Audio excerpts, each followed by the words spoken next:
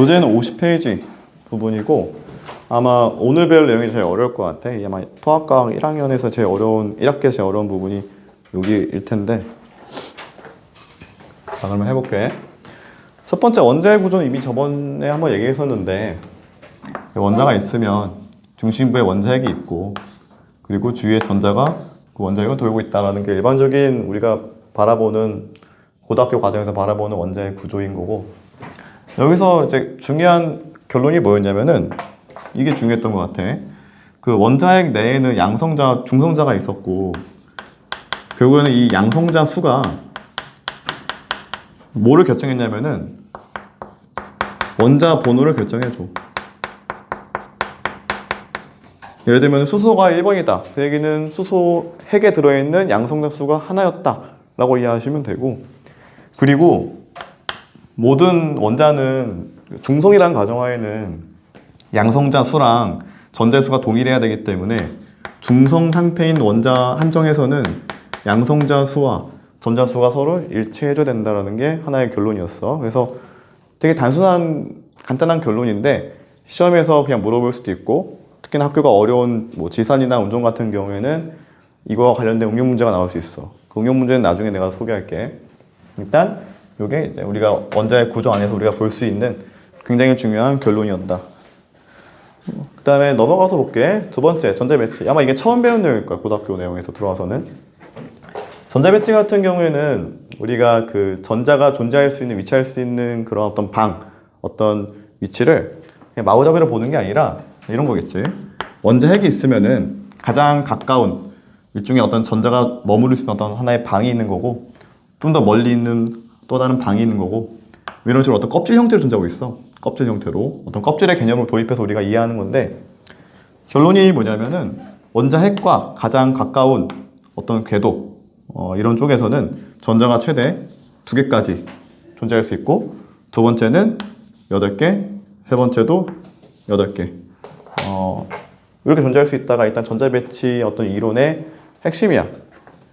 그래서 이게 일종의 보호의 원자 모형 및 전자 껍질 이론이고, 여기서 우리가 이런 얘기도 가능한 게, 자, 전자가 이렇게 위치해 있을 때 원자핵으로부터 멀리 위치한 전자일수록 전자가 가진 전자의 에너지는 크다라고 보시면 될 것 같아.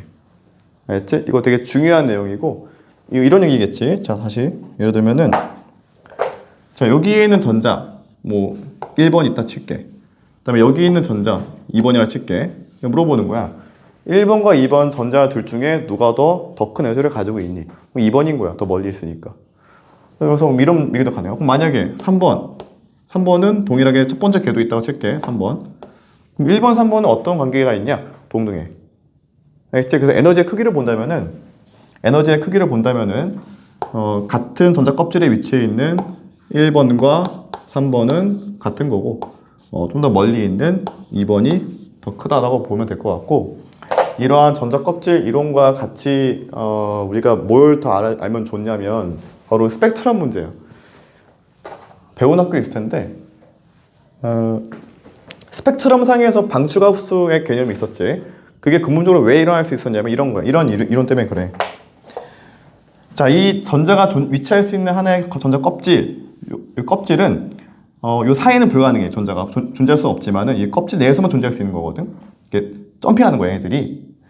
그런데 이 전자 에너지 상태가 높아지면은 전자가 존재할 수 있는 껍질, 이 단계가 이렇게 증가할 수도 있고, 1번에서 3번으로 갈 수도 있고, 2번으로 갈 수도 있고, 거꾸로 3번에서 다시 2번 혹은 1번 이렇게 전이가 가능해. 그건 뭐에 따라 결정되는 거냐면은, 자, 봐봐. 1번 상태의 전자는 에너지가 적은 거지. 에너지가 적은 데서부터 높은 곳으로 에너지를 흡수하면 가능한 거야. 그래서 다시 볼게. 이런 케이스는 대표적으로 흡수 스펙트럼 케이스인 거고, 흡수 스펙트럼. 그러니까 전자가 낮은 에너지 궤도에서부터 높은 에너지 준위까지 이동하는 케이스는 흡수 스펙트럼 이런 케이스고, 뒤집어서 반대되는 케이스, 높은 에너지 준위에서부터 낮은 에너지의 준위로 이렇게 궤도 전이하는 케이스는 방출 스펙트럼 케이스인 거야. 그래서 이렇게 엮어서 같이 공부하시면 될 것 같아. 알겠지? 그래서 이때 전자가 에너지를 흡수함으로써 더 높은 에너지 준위로 이동했다라는 케이스. 그때 우리가 그 빛을 보면은 뭔가 빼먹힌 현상, 일명 이제 흡수 스펙트럼이 보일 수 있고, 뒤집어서 높은 에너지 준위에서부터 낮은 에너지 준위로 궤도 전이 하게 되는 케이스는 전자가 에너지를 주위로 방출하면서 이동하는 케이스이기 때문에 그런 경우에는 방출 스펙트럼이 보이겠지. 그래서 흡수와 방출 스펙트럼과 그 다음에 전자 배치에서의 전자 껍질 이론과 같이 엮어서 아시면 좋을 것 같아. 학교에서 배웠으면 나온다. 알겠지?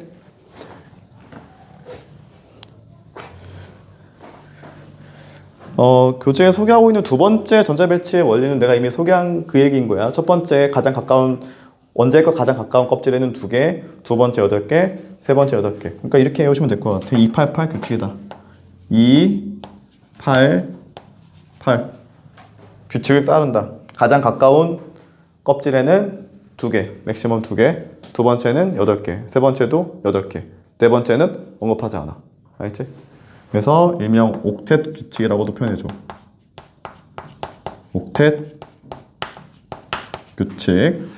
옥텟 규칙은 결론은 뭐냐면은 어쨌거나 가장 바깥 전자 껍질에 8개를 채운다 이런 의미를 가지고 있는 건데 옥텟이 영어로 8이니까 그래서 요건 이따가 얘기해 줄게. 자, 세 번째는 이 전자 배치에 따라서 당연하게도 우리가 어떻게 또 얘기할 수 있냐면은 가장 최외곽의 전자의 수도 우리가 고려해 줄 수 있어.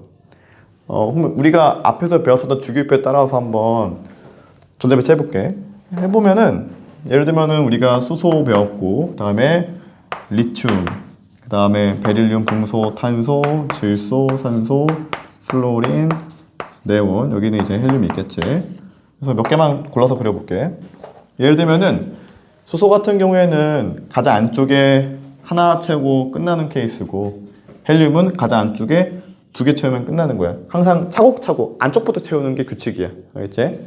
그 다음에 리튬 같은 경우에는 여기는 원자번호 3번이니까 가장 안쪽에 2개 채우고 더 이상 채울 게 없으니까 그 다음 바깥쪽 껍질에다가 하나 채우면 되겠지. 그래서 리튬 같은 경우에는 2개, 안쪽에 2개, 그 다음 바깥쪽에 하나 전자가 위치한 케이스. 그 다음에 탄소 같은 경우에는 원자번호 6번으로 얘는 2, 4. 그 다음에 산소는 2, 6.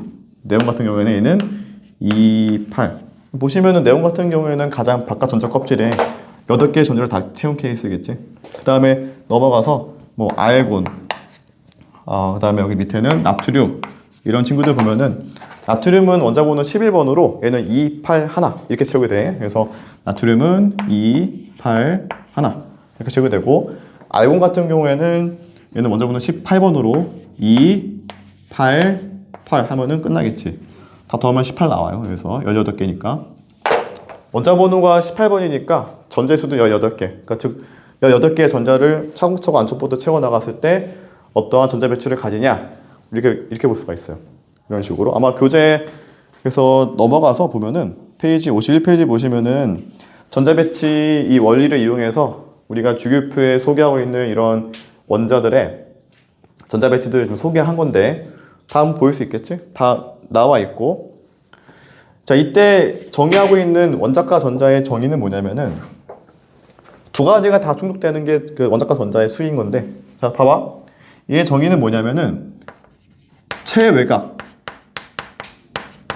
위치한 전자이면서도 플러스 동시에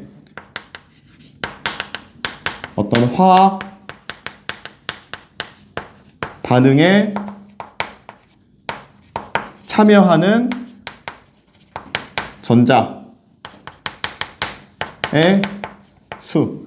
이게 이제 원자과 전자 수의 정의야. 그래서 가장 바깥에 있으면서도 두 번째로는 동시에 화학 반응에 참여하는 전자의 수를 우리는 원자과 전자 수라고 정의를 해주고, 그래서 세 보니까 우리가 어떻게 결론 지을 수 있냐면은, 자, 이게 되게 중요한 건데, 첫 번째, 일족들은 가장 바깥쪽에 몇 개 있니? 하나 있지, 이렇게. 보이니, 하나? 하나 보이니? 하나 보이니? 그리고 실제로 이 하나가 화학 반응에 참여하기도 해. 그래서 얘는 1인 거야. 원자과 존재수 1족은 하나. 그 다음에 2족은 2개, 13족은 3개, 14족 4개, 15족 5개, 16족 6개, 17족 7개. 자, 주의점 18족. 18족에 해당하고 있는 헬륨, 네온, 알곤 친구들은, 자, 세볼게. 얘들은 가장 최외곽의 전자의 수가 헬륨은 2개, 네온은 8개, 알곤은 8개로, 일단은 헬륨이 2개인 게 조금 주의할 점이고, 여기서. 근데 이 2개, 8개, 8개라는 이 전자들은 개수는 있지만, 개수는 존재는 하지만 화학 반응에 참여하지는 않아 또. 그래서 자, 여기 두 번째 조건인 화학 반응에 동시에 참여하는 전자의 수, 두 번째 조건에 충족이 안 되기 때문에 카운트하지 않는다. 그래서 얘는 연계로 쳐. 시험에 항상 물어보는 부분이야. 이 18족 원소들의 원자과 전자수는 몇 개니? 항상 연계라는 거. 이거 되게 중요하고 시험에 안 물어볼 수가 없다. 보통 여러분들이 이걸 몰라서 틀리기보다는 문제를 풀다가 정신없이 풀다가 약간 이제 1, 2, 3, 4, 5, 6, 7, 8 하고 싶어 하는 그게 있어. 그래서 그냥 잠깐 정신줄 딱 놓으면은 8로 너가 쓸 수가 있어. 왜 진짜 그래? 그리고 문제가 약간 교묘하게 약간 다른 쪽으로 자꾸 시선을 돌리다 보면은 자꾸 이게 0이라는 거를 분명히 본인이 잘 알면도 불구하고 약간 본능적으로 자꾸 0을 안 하고 싶어 하는 게 있나 봐. 그래서 잘 틀려. 여기서. 조심해. 자, 문제 한 2개 정도만 풀어보고 넘어갈게. 자, 교재 187번 문제 한번 같이 볼게. 187번 문제.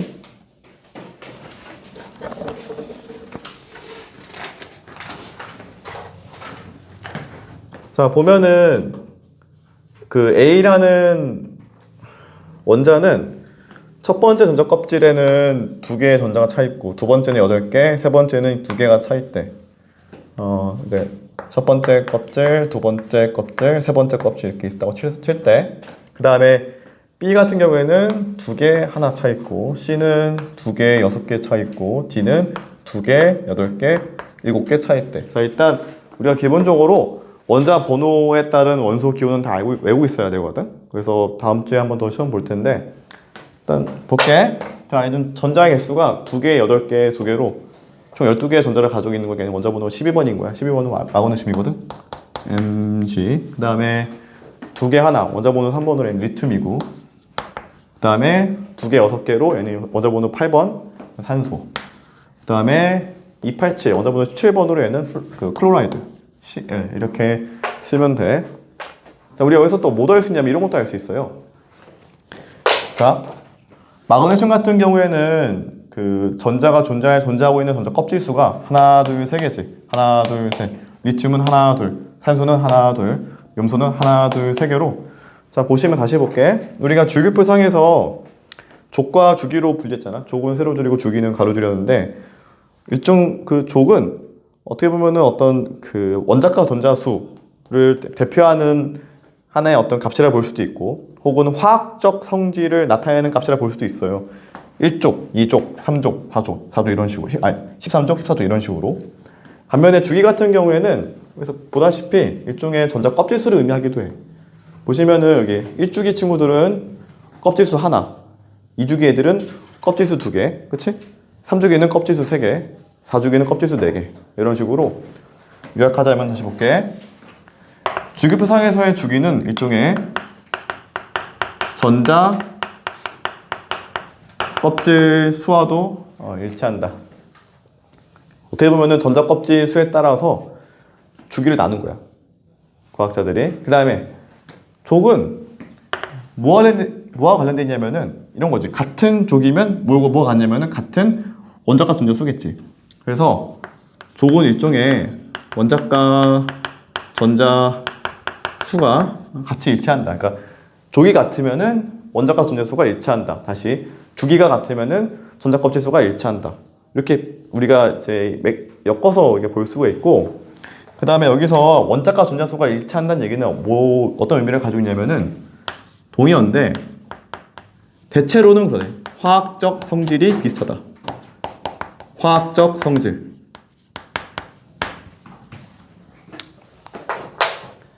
즉 같은 세로줄, 같은 족이면은 원자과 전자수가 같고 이러한 이유 때문에 화학적 성질이 비슷하다라고 보면 될 것 같아. 그래서 일부러 화학자들이 같은 세로줄에다가는 화학적 성질이 비슷한 애들끼리 어떤 주기성을 갖도록 배치를 한 거고, 그 다음에 가로줄 같은 경우에는 동일한 전자 껍질 수를 갖도록 보일 수 있게 배치를 한 거야.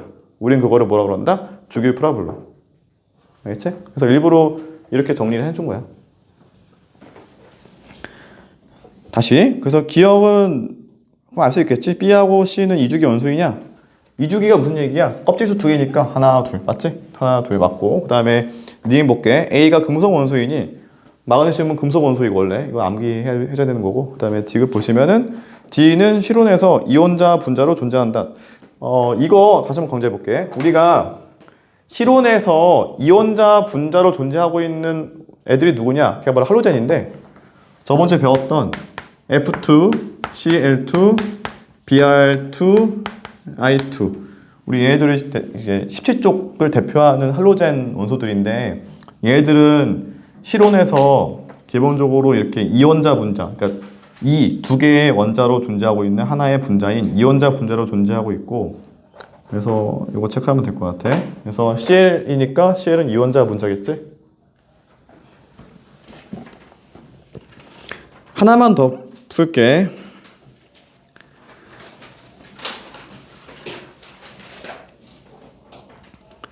그 문제 197번 문제 풀어볼게.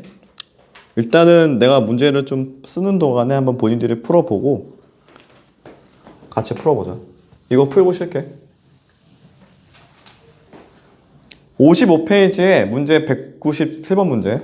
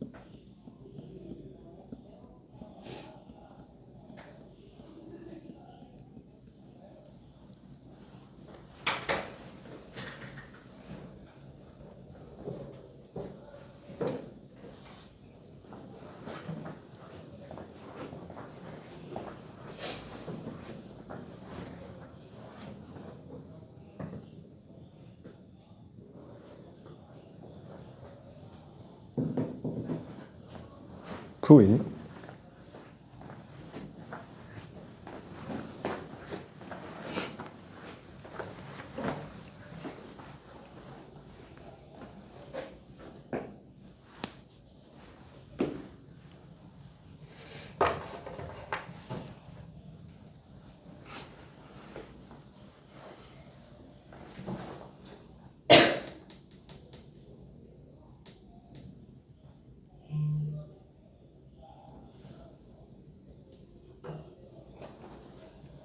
약간 이런 스타일의 문제가 학교에서 되게 자주 출제하는 문제 스타일이거든. 약간 한 중상 정도의 문제인 것 같아. 자, 풀어볼게. 일단 이렇게 주어진 다음에 첫 번째 조건은 원자과 전자수는 A와 E가 같다라고 했으면 이 얘기는 우리가 다시 원자과 전자수는 족을 의미하고 얘는 세로줄이거든. 세로. 같은 세로. 주기는 같은 가로. 이렇게 보면 될 것 같아. 그래서 여기서 A와 E가 같은 세로줄에 있다라고 보시면 되니까, 아니 그러면은 뭐 얘겠지? 여기? 아 미안, 내가 답을 썼구나 여기다. 소리.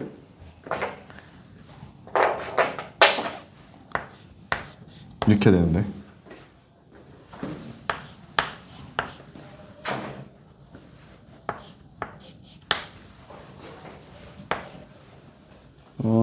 15, 17. 자, 이렇게 빈칸 뚫어놓은 다음에 문제 풀어가는 거거든. 자, 다시 볼게. 같은 세로줄에 A와 E가 있다고 했으니까 일단 얘는 아니야. 그래서 이렇게 쓴 다음에 여기 안에 A 혹은 E가 있다라고 쓰면 돼. 문제 푸실 때는. 그 다음에 두 번째 조건은 원자 번호는 C가 B보다 크다 했는데 뭐 C과 B가 뭐 어디에 있는지는 잘 모르겠어. 뭐 어디 하는 게 있겠지, 뭐 여기 안에, 그렇지? 그래서 여기 어딘가에 뭐 B, C가 있을 거다. 근데 아마도 C가 더 나중에 있겠지, B보다는. 그 다음에 세 번째 조건 볼게. 전자가 들어있는 껍질수, 이거는 가로줄이야, 가로줄. 그래서 가로줄이 D하고 E가 같대. 근데 서로 가로줄이 그 같은 거 중에서 얘하고 얘가 있잖아, 그렇지? 이것과 이거가 있는데 지금 보시면은 E라는 녀석은 여기에도 포함되어 있고 여기에 포함되어 있으니까 얘는 아닐 거야. 왜냐면 공통점이 2이기 때문에 그렇겠지, 그렇지? 그래서 여기 안에 뭐가 있다? B, D, E가 있다. 그러면은 당연히 E가 이놈이겠지. 이렇게 푸는 거야. 그러니까 문제를 푸실 때 뭔가 공통되는 녀석을 지칭할 때를 찾아주시면 돼요. 일단 기본적으로. 아니면은 문제 풀 때 약간 이런 식으로 이렇게 쓰면 좀 좋을 것 같아. 그럼 얘가 E고 나머지가 D니까 너가 D고 그 다음에 요게 A고, 그럼 이놈이 여기서가 지금 BC겠네. 근데 BC 중에서 원자 번호가 더 큰 녀석이 C라고 했으니까 여기가 C, 여기가 B겠네. 이렇게 문제를 풀면 될 것 같아. 실제로 시험장에 왔을 때 못 푸진 않을 거야. 이걸 못 푸진 않을 텐데 누가 더 스마트하게 빨리 잘 푸냐, 이런 싸움일 것 같아. 그럼 문제 풀어볼게. 기억. 원자과 전자수는 B가 E보다 크다. 나머지는 그냥 그대로 하면 되겠네. B가 E보다 크냐. 자, 볼게. B는 원자과 전자수 5개, E는 하나. 그러니까 맞고, 니은 볼게. 전자가 들어있는 전자 껍질 수는 A가 B보다 크다. A가 하나고 B가 2개니까 틀렸고. 그다음에 뒤에 볼게. 원자 번호는 E가 C보다 크다. 자, E가 여기 있고 C가 여기 있겠지? 그냥 원자 번호는 뒤에 있는 놈이 더 큰 번호인 거야. 그래서 더 뒤에 있으니까 더 큰 번호, 원자 번호 더 크다, 이렇게 보면 되겠지. 다시 이렇게 시험에 자주 물어봐. 빈칸 빵빵 뚫어놓고 누가 누구니? 라고 물어보는 문제 조건을 주어주고, 일단 문제 풀 때 어떻게 풀면 좀 편리하냐면은 지칭하는 녀석이 공통된 녀석을 찾으시면 돼. 먼저 여기서는 A, E, D이니까 E부터 우리가 알 수 있겠지, 위치를 정확하게. A가 있고요, D가 있으니까 E가 여기 있겠지. 이런 식으로 사는 게 제일 중요하고, 문제가 좀 복잡해지면은 그럴 때는 차근차근 이런 식으로 쓰신 다음에 정 안 되면 넣어보면 돼. 알겠지? 언젠간 풀려. 여기까지 하고 잠깐 쉴게.